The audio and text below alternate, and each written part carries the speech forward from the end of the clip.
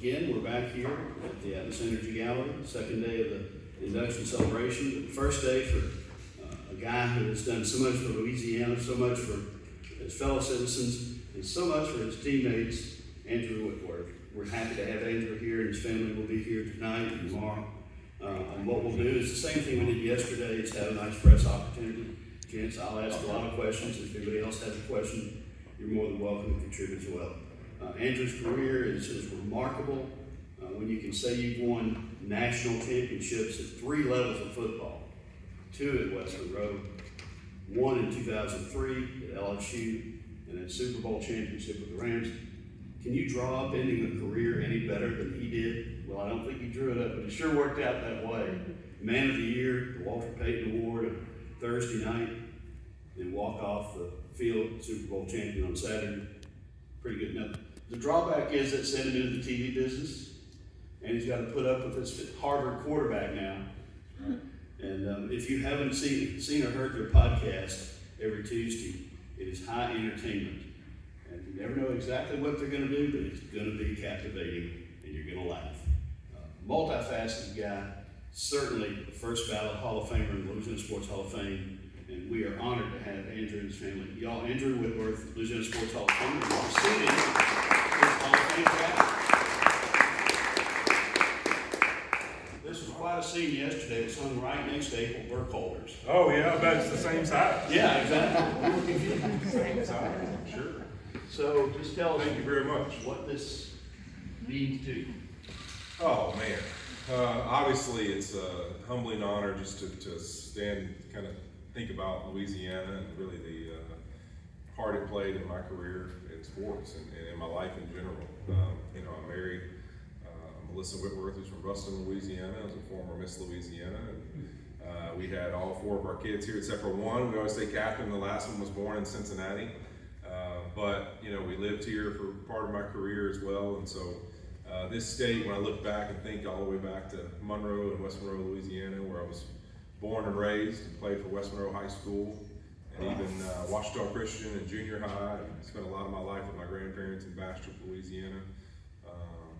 I can think to every little part of my childhood, my sports career, and everything else, what this state has done for me and been to me and meant to me throughout my entire life, and a lot of different regions of it, which I think is really cool. I always have to explain to people that aren't from here, especially in California, that I grew up in North Louisiana, but I played ball in South Louisiana, and they have no idea why I give that context, but people from Louisiana know the difference. It's a lot different everywhere you live in Louisiana. So then I got to get into the whole explanation of swamps and moss and anyways, but it's fun to get to have a lot of pride about this state and what it means to me and the things I've accomplished in it. Obviously the Superdome is a really special place to me. It just felt like, going to your favorite restaurant or your favorite place as a kid to go play on the playground every time I walked in the Superdome, because it's such a massive part of my history in sports. I mean, to play as many games as I got to in high school there from all 4 years I was at West Monroe. We played in the state championship, winning 3 of them. Playing the kickoff classics against Shaw and John Curtis. I think my one touchdown in high school happened in that game. I saw a picture of that the other day when I got to West Monroe. That stadium was really special to me in high school. And then lo and behold, you go to LSU and you're part of Nick Saban's first recruiting class there. And you win a national championship in that building, which, still people think is rigged. I don't know how LSU pulls that off, where they always win in the Superdome, but unbelievable that we did it, and what a week. I always tell people, I don't know if I had a moment in the NFL that felt more like a rock star than the week we had as LSU, first time back in the national championship in the city of New Orleans. Now we got NIL, so we're safe. It's safe to say not a kid paid for a thing that whole week on our football team, I can assure you that. But that was an amazing time. And then to go to the NFL and think of my first year as a rookie, starting in the NFL at left tackle, to get a chance to play in New Orleans and come home and see my family and to get a win in the Superdome against the Saints was a really special moment for me. I still have that picture in my office at home.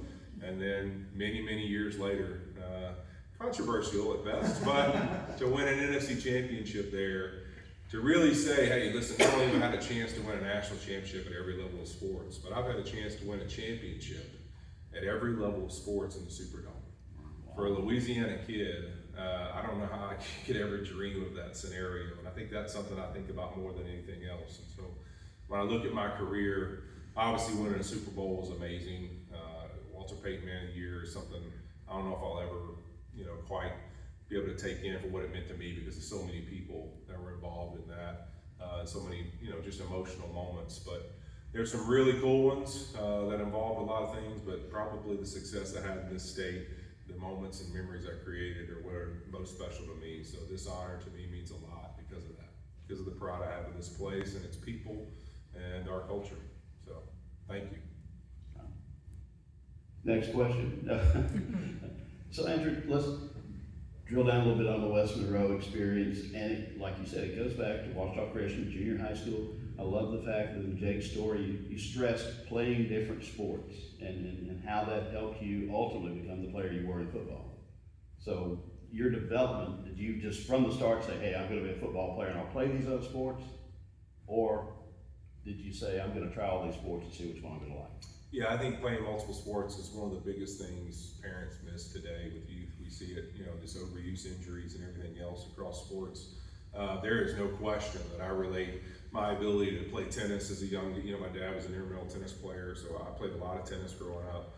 I played soccer and basketball and baseball and everything else. And the reason is it's not about the sport as much as, to me, if you think in life, as we get older and you take on a new task, whether you learn how to read more books, whether you start to become somebody who listens to audiobooks, or you want to take on a task of learning to walk a lot or hike and run or jog or ride a bike. It's the ability to learn new tasks. And when you challenge a kid's mind and brain, just like we do in school to try to do, athletics is the exact same. Like, how many skills can they learn how to master? It's not about whether they're good at the sport. I mean, I want my kids to learn how to swing a racket and a baseball bat and throw a pitch and bowl a ball and do everything else, because the ability to take their mind and say, can I challenge myself? It's going to be hard, but can I learn something? Can I dedicate myself to it? Can I find the fine-tuned motor skills it takes to become the best version of who I am at this? Because I don't care what they're great at. Their story is going to be told by their ability to chase the best version of themselves at whatever they do. So if they continue to challenge themselves at things that they aren't natural at, to find that effort that it takes to get to master something, or even just become the best they can be at it, to me, that's what fine-tunes them. I mean, I would remember in the NFL, teaching a young lineman who came in, like, hey, we're talking about passion and TE, which I'm going to lose some of you on, but defensive line stunt. I would always say the way you push and slide back is like turning two in baseball. And they'd look at me like I was crazy. And I'm like, what do you mean turning two? I was like, well, if you're a second baseman, you come over and the third baseman hits you, and you click the bag and push and throw. That's the same motion when you pop back that you do when you push a defensive tackle out to a defensive end. And then I take him on and you can wait for the guy to come around. It's the same exact footwork. And I'd have to explain that. And then some kids would come in that played baseball and they'd be like, oh my God, that's simple. Because they played baseball before. And so to me, it's like that ability to have mastered lots of different skills. When I would learn things throughout my time in the league, I would find different tasks that I took on when I was a young kid. And like, hey man, what, tennis, maybe sometimes when I think about my ability as 6'8", 350 pounds to run around like I could, to change direction, to get in open space on screen, and coaches would be like, dude, I don't know how you move like that. I think of like, man, I had to chase tennis balls all the time, changing direction, running to the net, running back. In basketball, I relate pass protection to first thing I do when I walk in a group of guys. A lot of guys have different walks of life. We all look different. We come from different backgrounds, but not many of us haven't played with a basketball hoop if you're big enough to be a lineman in the NFL. So the first thing I say is, hey man, do you want to understand pass protection? All right, well, let me explain it to you. The quarterback, he's going to stand at 7 to 9 yards. That's where he's going to be taught to stand. So that means for you, we're playing basketball, and that's a rim. You're going to stand at the free throw line. And this guy right here is going to try and take you to the lane. And your one goal in life in pass pro, he can't dunk it and he can't make a layup. As long as he does something else, you'll survive the down. So learn how to move your feet, keep your body in front of them, and you can worry about your hands and everything else, but your ability to keep your body in front of their body is whether or not you will be good at pass protection, because all we're doing is playing basketball defense. And I want to make him charge through me. And if you're big enough and strong enough, he'll never be able to do that. And the only difference is now you got the added advantage that we're playing hoops and you get to grab it. So it's an easy world, right? And so then now What do you want to understand? Oh, well, now it's 3rd and long, so the quarterback's going to be deeper. Well, guess what, man? You just moved out to the 3-point line. So you got to learn how to give him a little bit of leverage to one side of your body and know that if he's going to go for that layup, you learn how to flip your hips, turn, and push him around the hoop. Guess what? That's just like blocking the shot at the board. Now I can relate to so many different guys. And I didn't talk in different jargon. I didn't talk about something they wouldn't understand. I talk about something we could all understand. And that's why I'm very passionate that kids learn that there's so many different ways to learn how to play their sport, but they've got to have tried other things, experienced other moments to even have that understanding. And all we're doing when we do that is, can they make it without it? Yeah. But is it going to be a lot easier for them to learn more and more tasks throughout their time in sports, the more that we've challenged them to understand all the body mechanics it is to play other ones? Heck yeah, it is. So I want to give them what I control. And if I'm teaching my sons or other kids, what I control, setting them up from the best possible way to have success. And that's the only thing I got control over, because the rest of it, and it's never been in our hands and it won't ever be. It's in somebody else's. So advice to that. I like talking if you don't know. Should have a podcast. Yeah. Advice to those parents, and what are you looking at with your kids? And I know the first thing you're saying is, what do you like? But what advice do you give your own kids, and would you give other parents on sports to pursue that are not necessarily the mainstream sports? You know, I know you do Pilates, for example. I do it all. Yeah, I've tried everything. There's some things I like, some things I don't. But I would just say, to me, it comes down to, I got a chance to talk to the West Monroe team yesterday afternoon, and then before I came down here, and then even, I talked to the Los Angeles Rams at minicamp last week. And one of the big things I keep telling these guys is I've played a lot of sports. I've had a lot of success at different levels of sports in my life. I've gotten a chance to be out of the game and cover it for the last few years and be really tight to it, getting to travel across the league. And one of the things I think is so important, and I keep coming back to, is, I go through this experience with my own kids of, like, we're on the baseball field and they don't really want to be there, but we're there. Or we're in the basketball court and they want to be good at it, but they shy away from moments and times when you're like, hey, listen, like, you're going to talk tough, or you want to be this. Like, I want to see you do it when we're out there on the court. Like, I want to see you stand in front of somebody that's bigger than you, and they're going to make the shot, but you got to stand in there. Those type things. It's really your intent. Like, do we do things with intention? Like, what is our intent? Like, when I see people now, they're like, man, you've lost 50 pounds since you played. I kind of chuckle, because in my mind, I think, like, in your mind, it's almost like, wow, that's crazy, you lost 50 pounds. In my mind, I'm like, you damn right I did. Because I intended to. Because I work my butt off every day with the mindset of, I want to get healthier, I want to challenge myself to keep growing. Even when I'm not playing football, I'm still in a challenge, I'm still in competition. I've always been in competition with me, and that's what I figured out. So it's really challenging kids to challenge themselves. Like, what's your intention when you sign up to do something? If I have a conversation with my boys, it's like, we're going to play baseball. I'll come to every game. We're going to debate all our time. But I better see you guys, y'all intend to get good at it. You intend to reach your potential at it. And if not, then let's step aside and find those sports that you can resonate with. Let's go get intentional about finding a way to be successful. And I think, to me, that's really it. What's your intention, and what's your ability to say, hey, I want to be here. I want to be a part of this. I want to get better at it. I think that's important. And the biggest one to me is a book that my kids have enjoyed. We've actually I started something new this year with them, because I'm 14, 14, 13, and 10. So we're right there in that world of everybody else's opinions, everybody else's judgment, all the things. Like, even just taking a picture of them, like, wait, Dad, that's not going on your social media account, right? Like, now they're nervous, what somebody's going to say. We started reading this book that Sean McVay actually gave me. I think he gave his coaching staff last summer, called The Twin Thieves. And it's something you'll hear me talk about a lot when you hear me speak. It's the fear of failure and the fear of judgment, and how much that controls so many of us in life. And so we read this book about a high school football team that a high school coach that was really successful came and joined them just to mentor and kind of be a consultant. And he takes these kids through kind of the journey of what fear of failure and fear of judgment looks like. And so, to me, it's challenging my kids that, man, you know what? I told these Western Road kids yesterday, I said, how many of you, raise your hand, like, how many of you have ever feared failing at something? It's like, all of them. I'm like, you should all raise your hand, right? You fear being judged. Like, lucky day to you. Guess what? You are completely normal. Congratulations. Like, every one of us is that way. The real battle is like, how many times do you challenge yourself to not skip reps in the weight room, to not skip those moments that make you better and make you more confident in yourself and believe in yourself? Like, how many times can you challenge yourself to be prepared for moments to where you won't feel failure so much and you won't fear being judged so much because you've done everything you can to be ready for those moments. And so to me, when I talk about young people, to me it's that, like getting them to conquer that mind up there that's gonna, the ability to talk to yourself and not listen to yourself. Talk to yourself, you are capable of anything in the world. It's my job to make sure you feel that way and to make sure that you hear that confirmation, because I'm gonna challenge you and I'm gonna push you, but I wanna make sure you know you are capable of anything possible. You just gotta believe it up here first. So West Monroe High School, obviously Don Shouse is in this Hall of Fame. There were other excellent coaches there. Who there had a profound influence on you, and when did you realize I'm going to play on the offensive side of the ball? Well, I was going to say, we just got to talking about, playing a lot of sports. I mean, I felt like conquering Don Shouse in high school, being able to play other things than football, is one of my greatest accomplishments in sports, because Don was not going to let you do anything other than focus on winning, on the football field. He did not want you playing other sports that much. So, as long as it didn't get in the way of the football, he was okay with it. But yeah, it was one of those things when I think of playing there at that time, obviously what an insane run we had and really dominant years and some unbelievable football players that played there in that era.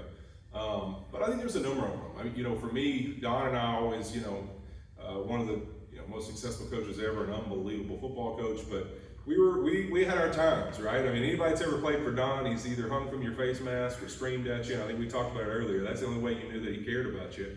If he was hanging off the top of my face mask, I knew that it was going to be a good day. But we also had our run-ins. I was with our head trainer, Kirk Franman, who was there when I was there. And, Kirk Franman and I have always been best friends since he was a young athletic trainer at that time. And from the day I played there to now, we've been very close family friends. And we were joking, he's like, how many halftimes I would flip from offense to defense, because Jerry Arledge would be like, all right, Don kicked you off the field, but you can come play for me in the second half for sure. I'm not dumb enough to keep you off the field. So, it'd be like, all right, forget Don, you come over and play defense the rest of the game. So I would do that time to time. And, we'd have our run-ins, and it was, it's crazy because it's one of those things, and I see it now, being a dad and watching kids get coached by people. Don's thing was, he saw a lot of potential in me. And I think we were wired opposites. He was a guy who was shorter with a hot head, little guy syndrome type thing. And I was this big monster that he wanted me to be mean all the time. But I actually wasn't wired that way. That just wasn't who I was wired to be. I was wired to lead a different way. And so we would butt heads because of that. But what it really all boiled down to was he wanted me to be great, which to me I could respect. Doesn't mean we have to get along. Doesn't mean we have to think the same way. Doesn't mean we have the same beliefs, use the same words, but I can respect someone that at the end of the day, what they really want is for you to be at your absolute best and for you to reach that potential. So I think of Don, I think of Jerry Arledge and his impact. I mean, there's so many of them. Mickey Easterling was an unbelievable leader, but I probably, if I had to pick one, Glenn Hunt was, my offensive line coach. He was great. Scott Stone was an amazing man. But it's Casey Sanders. The strength coach there, to this day, I go places in weight rooms across the NFL and college football, and I tell people about it's still, and I don't mean it in an offensive way, like the most impressive thing I've ever been a part of.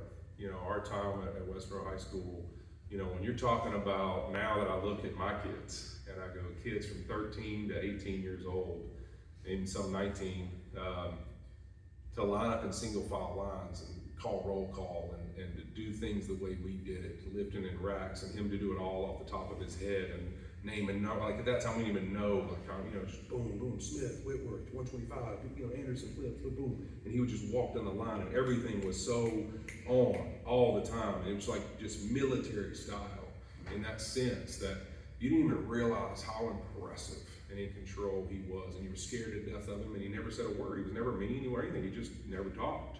And he was so serious, and he was so locked into who he was. I don't even think he got an email until many years after I got out of there, much less a phone. So Coach Sanders was just, that's what he did. He was great at what he did. He was a leader of men, and he was crazy special. And I went probably up until my 4th or 5th year in the league.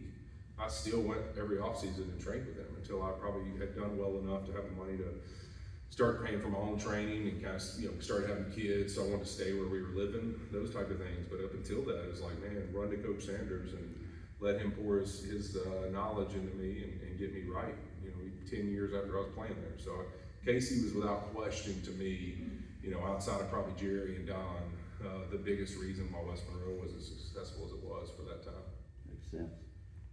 So the college choice comes around. I understand Florida was right in the mix. What swung you to LSU, Nick Saban, and what he was selling? I always grew up a Danny Werfel and Steve Spurrier fan. I wanted, Fred Taylor was like my favorite back, and I loved him. 21 with a little flat back flipping in the wind. Fred Taylor was awesome in his visor. I wanted to be a Gator so bad, but I went to camp there. And at that time, I was playing tight end, and I kind of decided that's where I was going to go. And then LSU hired this guy named Nick Saban, and he came in my living room, sat with my parents and me, and the rest was history. I mean, he convinced me of his vision. And I always say this, Sean McVay is one of these guys I put in that conversation, but when you meet Nick or you talk to Sean, they're the kind of people that if somebody's never been around them or they don't understand they're successful or whatever, and they go, what is it about them? I'm always like, I could try to say it, but talk to them for 3 minutes and you'll walk away and go, okay, they're gonna be really good at whatever they do. And that's just who they are. Their ability to connect, their ability to lay out a vision and to say it with conviction and belief that without question, it's happening. And one way or another, you're either on the train with them or you're not, but they're gonna do what they're gonna do. And you better believe you'd hope you sign up to be on it too, because that's who they are. And he told me, he said, listen, it was one of the coolest things. I've been to Arkansas, Houston Nutt, Tennessee, and Phil Fulmer, Steve Spurrier, all those schools you think of that time played with really big tight ends. And so at that time, I was like, man, this is where I could go play, be a big tight end in this offense, big dudes. It's kind of who they played there. And Nick Saban said, he goes, listen, man, we could sign you as a tight end and you could come and play that for a year or something. But, I think the sooner you just decide that if you played offensive tackle, you're probably gonna have a pretty good run at playing football in your life. And I'd be like, man, it's the first coach that told me I should be a lineman, which is like the most insulting thing ever for a tight end. But the way Nick would say it, you're like, maybe I'd be a lineman. And it became cool. And then I moved, I actually asked my senior year, I said, hey, you know what, I'd rather go ahead and put on weight and move to offensive tackle my senior year, because that's what Coach Saban thinks I'm gonna be, a great left tackle. And lo and behold, I think he was somewhat right. So it worked out. I can't say that he got it wrong. So, but yeah, I mean, his impact is really on me in general. When I say my leadership style, when I've been a captain in the NFL, to really my passion for being, great at things that I'm a part of, a lot of that all derives from Nick Saban. And Sean McVay and I have been documented being really close, but a lot of that is talking to him about a lot of things that I learned from Nick and therefore Bill as well, just because Bill and Nick were so close, Bill Belichick. So, I told Sean McVay, we went to dinner probably, a week or so after I signed as a Los Angeles Ram in 2017. He was the youngest NFL coach in history, 30 years old, and would become a Super Bowl champion in 5 years. But I told him when we left dinner, I said, hey man, you're the closest thing I've ever met to Nick Saban. And I think at 30, he had no idea what to do with that information. He almost like scoffed at me, like, what is that? Was he complimenting me? Was he saying, like, he didn't know, because it's like, you don't know what you don't know at that time. But what I meant is his capacity, his sense of urgency, his ability to connect and spread a vision that you believed in from just the way he came out of his mouth and everything that he said. You just saw it come to life as he said it. It really resonated with me. It was maybe the first time I've been around somebody that reminded me of Nick, because people forget when he was at LSU, he was similar to that age. He was in his late 30s, he was young, that was his energy, and different personalities, but very similar human beings. Is there some sort of secret communications class in the athletic department at LSU that produces network TV guys? There might be. I don't know. I'll tell you this. I have always said this about Marcus Spears. Like, the moment I ever met Marcus Spears when he was a sophomore in high school or junior, I was like, this dude is going to be, you didn't even have that kind of people on TV, but you're like, this guy's just meant to be in front of a camera. He's just funny. Like, every time you look at his face and his smile and his love and his passion for things, like, you're in love. It's like watching a kid play with a baby play with his favorite toy. Like, Marcus is he's just a bundle of joy, man. And you just, I don't know how you couldn't love him. So I think of all the guys that have done that. It's impressive. I mean, I was there with a lot of them. Ryan Clark and Marcus, especially two that stick out. And then Nick. I think Nick's the funniest one to me. I say this all the time. As somebody that was such an admirer of him. I'm very much somebody, which is crazy because in these settings I'll talk a lot, but in a room, as you'll probably observe with me this weekend, I'm actually usually pretty quiet, and it's because I love to listen. I think that the greatest way I learn is to observe and listen to people. I love to understand people, why they tick, who they are, their heart, their passion. It helps me resonate with like where they come from on things. And Nick was one of those people. It used to crack me up when people thought they were blown away that he's great at media, because the biggest thing I understood about Nick is he was less volatile than people portrayed him as. Because the truth is, when Nick walked in a room, he would be waiting for you to ask the right question that he had already prepared, the rant that was about to come, because he knew the question was coming, he prepared for how he was going to handle it, and what he exactly wanted every single person in that room and on the other side of that camera to know about it, and where he stood on it. And he would wait for that moment, and people took it as random anger. Nick did everything he did was planned and calculated. He was a sports psychology master. That was his thing. So he knew. You ask me about a kid who's been suspended, who I think the situation is wrong, I have prepared the rant that you're about to hear, the lecture that's coming. And I also know that it's going to be so good that I'm walking out of here when I get done, right? But like, that's who he is. Like, he was a master at those things. And I don't mean that to say he's a manipulator. What I mean that is that he was an elite leader. He was prepared for the moments before they happen. I always say that that's how I see things. That's what I learned from Nick. I try to be prepared for any moment in any situation. People are like, man, you handle situations with such calm, or you always have a poignant thought about this subject that comes up. And it's like, because to me, I'm one of those people, when I hear something that I go, man, that's going to be a sticky conversation. That's going to be something that's, you know what, people are going to have a tough time with that situation. People are going to answer that wrong, or they're going to have some weird feelings about that. They're going to get through. I think about those things. I go read about those things. I try to understand where people are coming from those things before I ever get asked them. And I learned a lot of that from Nick Saban, because I always felt like he was prepared at all times for every moment. And if he wasn't, that's when he would get frustrated, because he always felt like he needed to be prepared for anything that might come up at all times. Let's jump into the NFL. Obviously, that's where you played most football.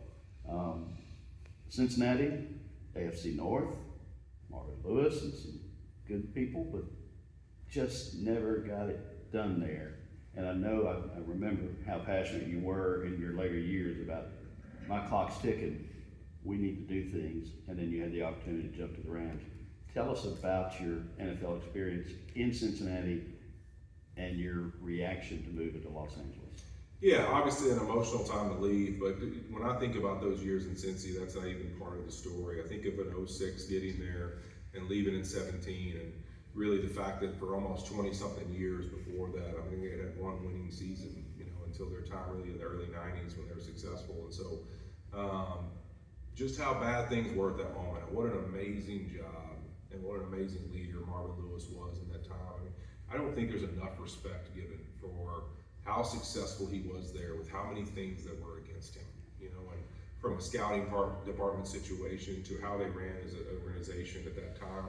It's crazy, and it blows a lot of people's minds when I go through the stories of, you know, what our cafeteria situation looked like, or what our practice situation looked like, or how things were when we went places, and the fact that, you know, you had to pay for half your room if you want to room by yourself, like just general things. You'd be like, how in the world is that happening in pro football?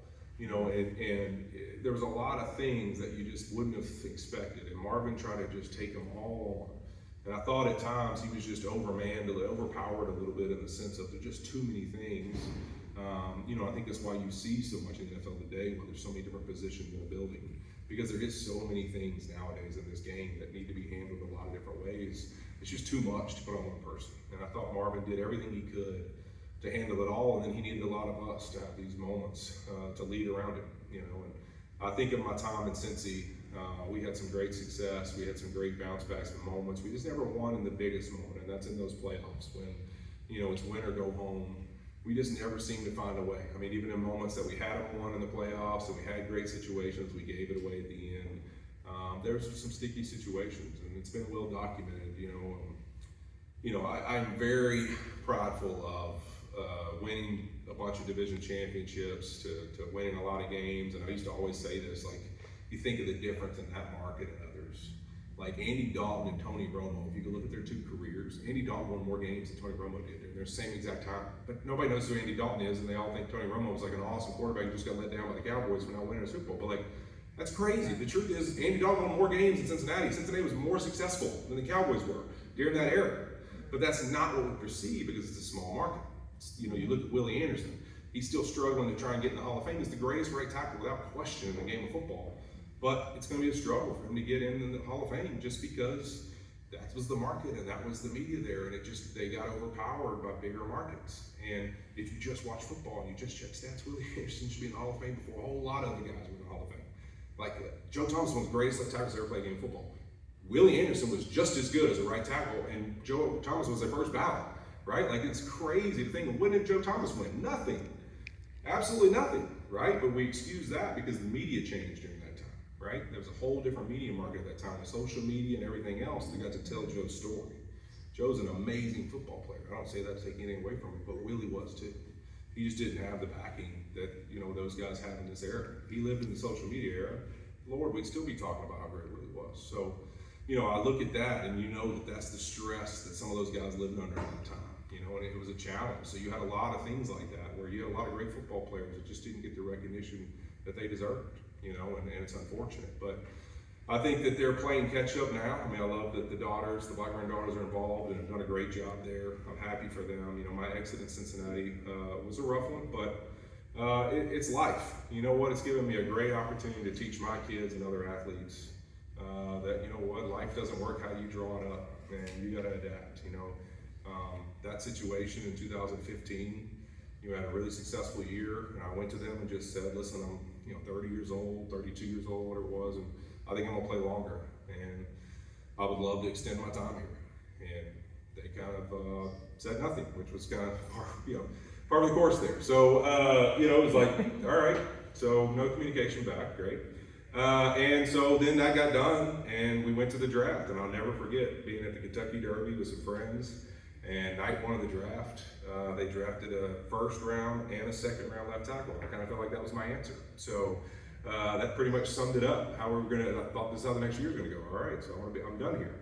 So we had our rift, and it wasn't good. But then that year, I'll always have a ton of respect for Mike Brown. I went in his office and said, hey man, listen, I've been a leader of this football team. I've been a captain here. This community means a lot. We've done a lot of things here that are awesome. I think I deserve better than this. And so I don't know if I can live with my frustration of being here and how upset I am with this. So I've decided we're 8-0. We're about to go to our bye week. We're going to win this week. I don't know if I want to keep doing this because it's affecting my kids. It's affecting my wife. It's affecting my mood at home. I don't know where I am with this. And I'll never forget Mike, literally the next day, calls me and says, you're right. And he put an offer in front of me just between me and him to sign an extension. And I did. I signed a 1-year extension to play one more season. And when that season ended, it ended, and they kind of said, hey, do you want to, now we've kind of seen these young guys haven't panned out as well as we thought, and we'd love to talk to you about staying. And I said that you can gladly call my agent and we'll talk to you in March. So I went to free agency, and it was one of those things that, like, you get 34, 35 years old, I've always said this, like, all of us reach a point in our careers where you start to guess how much longer you got, and how well have you done your job, and how much do other people think about how you've done your job. And I'll never forget going through free agency as a 35-year-old tackle. Nobody had ever been signed on big deals at that age ever in the history of the league, and having 5 or 6 teams that are just begging me to come play for them.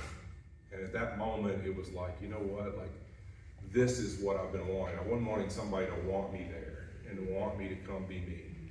And so I knew then that I was leaving. I just didn't know where. And then lo and behold, Sean McVay, who I met in the Indianapolis Combine 4 years earlier when he was interviewing with Cincinnati Bengals to be the wide receivers coach, becomes the head coach of the Los Angeles Rams. And I knew then because he was Jay Gruden's close friend. He's close with the Gruden family, and Jay was our OC. And had become the head coach of the Washington Redskins at that time, now the Commanders. And Jay sent me a text and was like, dude, Sean's in LA, I'm guaranteeing you he's gonna wanna come get you. And sure enough, the love and outreach they had of, man, we want you to come here and be the person who changes everything, the culture, how these guys believe in themselves, all of that. And in 2017, I go to the Los Angeles Rams, which if you've heard this story before, 2006, I go to the Cincinnati Bengals. They hadn't won in 20-something years. We win 3 division titles, won a whole bunch of football games, one of the best eras of their time of winning. The Los Angeles Rams hadn't won in 20 years. They had a winning season. Roger Stafford had been there for 9 years. He'd never had a season over 500. He was a great football player. I walk into that building and the rest was history. For the end of my career, those 5 years there, won the 2 Super Bowls and went and won, and we had a tremendous amount of success. So to stare that opportunity and go, man, there's a young coach I know is wired right. They want me there. They're going to let me be the leader of changing this thing around. I've already been through it. I was excited, and that really rejuvenated me at 35 and gave me the strength to go play NFL football till I was 40. All right, my last question. How does a guy from West Monroe get a girl from Ruston? Yeah, I don't know that one. That's gonna be the quietest answer you're gonna get of the day. Listen, you know what? It took a long time. I pursued her for a while. I actually got lucky. She was the news anchor at that time up in North Louisiana, and one of her friends, unfortunately, didn't have a ride home from I forget, it was like a Waffle House or something. And I realized, I was like, wait, I think Brooke's friends with Melissa. She would never give me her number, and I said, hey, Brooke, where are you still here? She's like, well, my friends left me, I don't have a ride home. And I said, Brooke, the only way that I will be a gentleman and give you a ride home is if you'll give me Melissa Whitworth's number, or Melissa Clark's number at the time. And she was like, oh, of course. And so she gave me Melissa's number. I gave Brooke a ride home, and the rest is history. I called her for about a month. She ignored me and was mad at her friend Brooke. But it all worked out. We had 4 beautiful kids, and she's an amazing mother and leader. And our kids are pretty special. So pretty proud of them. Okay, I'm going to get up, and if anybody wants to ask a question, and what we'll end with is bringing up the other Hall of Famers in the room, getting a picture there. Anybody have a question? He'll answer them. Yeah, general question. Okay, go ahead. You talked about the difference between North Louisiana and South Louisiana. How much pride do you take in being part of that state, representing the 318 area code on a national audience, Amazon Prime appearances, and just general everyday life? Oh man, it's amazing. It's really fun, to me. Now, I think I do enjoy actually living out in California and getting to tell people about it, and having lived in Colorado and Ohio and other places, to just talk about Louisiana. I've even had opportunities where I've brought some couple families from those different places down here and kind of showed them around North Louisiana, South Louisiana, all of it. It's one of those things that I think for me, when I see other people from 318 or even from Baton Rouge or anything else out and about in the country in my travels, it's just such a gleam of pride of where we're from and this place and how it's molded us that I think it's probably some of the most fun times I have, is kind of telling people that. And then now, even with Thursday Night Football, we get to travel and do that. So, last year we got to come down and I took the whole crew to a couple of good spots in New Orleans, and we had a good time, and some cafes and things. And so, it's fun to see people realize our culture and our way of life, and how much we just all love each other, and all kind of bond around food and music and all the things that we do. It's been probably one of the things that's the most enjoyable to me doing Thursday night now, is I get to travel around the country and see all these different communities that are like that, and then kind of compare it to Louisiana and things that I find that are similar. Jake? Yeah. Sean McVay said that you're one of the greatest free agent signings of all time. I just wanted to get your reaction to that. How does that make you feel? Well, he's he gives me a lot of credit, but he's a special football coach, and he'll be really successful as long as he coaches. But listen, it was one of those things. It was a perfect storm. I always say this, Melissa and I were at a place where we'd been in Cincinnati, where it always felt like it was an uphill battle to just how we wanted things, how we thought things should be, all that stuff. So you're just kind of against the wall, and then you meet this organization who's like, listen, we have the resources, we have the ability, we just really want somebody to kind of give us, what's the compass? Where do we want to be guided to go? And Sean and I meet each other, and it's all right, here's this guy that has all the ability in the world, but he's young, and he doesn't know what he doesn't know. And so we spent it was one of those friendships where the moment we spent 2 seconds together, we realized, man, it feels like we've known each other for 20 years. And we could finish each other's sentences and thoughts, and we would go spend the off seasons my whole time there together for hours, just football philosophy, culture, like how do we get to everybody? How do we like resonate to guys who might not understand what we're talking about? What's the best way to convey a message? What's the best way to handle adversity? What's the best way to handle tough situations? Because NFL football isn't, it isn't college football or high school football where the support systems around these guys are so great. I told these the West Monroe kids yesterday. Like, you live in a world right now where, like, look at this circle of coaches and people that are around you. They all care so much about you, and they all want you to do great. That starts to just fade away the more you play sports. In college, there's going to be this huge circle around you. And then as you get into the NFL, it's like, now it's you. Like, how controllable are you at the controllables? Like, now nobody's controlling them for you. Like, you got to control, do you keep the power on in your house? Do you pay your bills? Do you do all this thing? Like, there's so many things, right? And so at that level, unfortunately, coaching is like one of the things you'd love to do. You don't get to do it that much because you're putting out fires all over the place, right? Kids are getting girlfriends, having babies, losing family members. There's all kinds, you name it. Adversity's hitting with things with finances and everything else that's going on in their life. So realizing how he was wired and how I was wired, and we were like, man, we see it the same way. Like, we're gonna be about things that matter. Like, how we communicate with people matters. Who we are as human beings on a day in and day out with consistency matters. Our ability to connect with people matters. Our character, like how we handle adversity, how we respond to things, like that matters. Like my communication, not just audibly, like verbally, visually. Like, what do I look like on a day-to-day basis when I walk in the room? Like, that matters. And so we connected that way, and it meant a lot to us. And so it was like this vet who's going to be a captain of your team, the new leader, young guy that's going to be the head coach. Like, we're both going to pull in this direction. And if we're really good leaders, it's not going to be about whether we can get people to follow us, because that's how I'm not interested in creating followers. It's going to be about, can we create a whole bunch of other leaders? And to me, that's what we were able to do, that we take a lot of pride in, and so I appreciate him saying that. But I've always said this, I think he'll be one of the most successful coaches ever if he wants to do it for a really long time, because he's got the ability to do it. He's the kind of human being that can